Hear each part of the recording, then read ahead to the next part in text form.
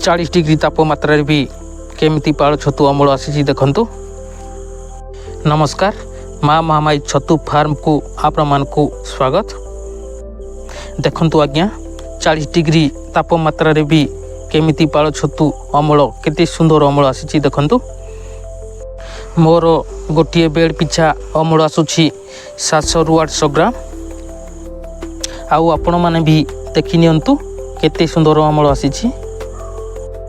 आज्ञा यही खरा दिने मेन हूँ ट्रिटमेंट जदि भल भाव करेंगे पाळ छतु अमल भी भल भाव बाहर।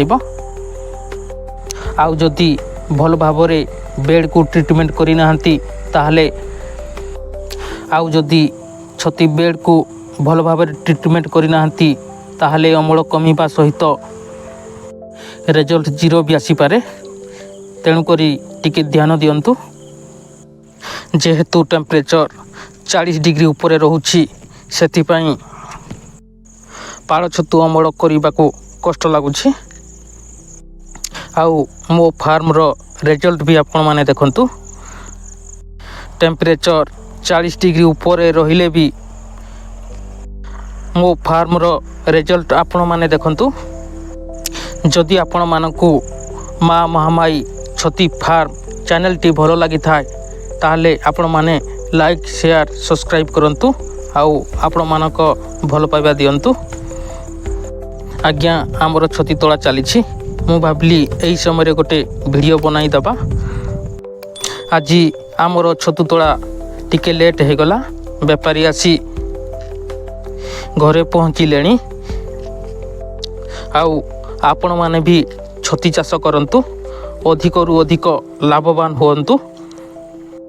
यही खरा दिन आज्ञा बहुत कष्ट, पाळ छतु अमल करवाटा बहुत बड़ कष्ट। जदि आपण माने यही खरा दिने पाळ छतु चाष करूछंती ताहले आपण माने भल भाव छती चाष करंतु, नहले आपण को लॉस सहबा को पड़िबो।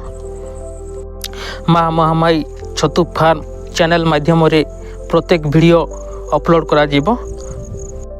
आउ आपण माने माँ महामाई छतु फार्म चैनल टी को सपोर्ट करंतु एवं लाइक शेयर सब्सक्राइब करंतु। आउ आपण मानक भल पाइबा दियंतु। मो घर धरमपुर आउ मो जिला हूँ देवगढ़। आखपाखरे जी भी छती चाष करने चाहती ताहले आपण माने कमेंट करंतु। आपण कौ जगार कहते आम पाखरे पाळ छतु मंजी भी मिले। जदि आपण माने पाळ छतु चाष करने इच्छुक ताहले आपण माने कमेंट करंतु। जदि आपण माने चाहिए भी मो फार्म को आसी मो अमल केते आसुछि आपण माने भी देखि परिबे। मो फार्म रे प्रत्येक दिन 15टा लेखाएं बेड पड़ुछि। आउ प्रत्येक दिन पाळ छतु अमल आसुछि 10 ରୁ 11 केजी। जेहेतु ए खरा दिन अमल कम आसुछि आज्ञा। आउ गोटे बेड पिछा रिजल्ट आसुछि आज्ञा 700 ରୁ 800 ग्राम पाळ छतु। आउ जदि आपण मानकु उन्नत मानर पाळ छतु मंजी आपण माने पाई पारु नाहंती ताहले आपण माने कमेंट करंतु। जदि आपण माने पाळ छतु चाष केमिति करा जाए ताहा विषय रे जानिबा पई हेले चैनल टी को लाइक शेयर सब्सक्राइब करंतु। आउ आपण मानक भल पाइबा दियंतु। आउ आपण माने पाळ छतु विषय रे कमेंट करंतु।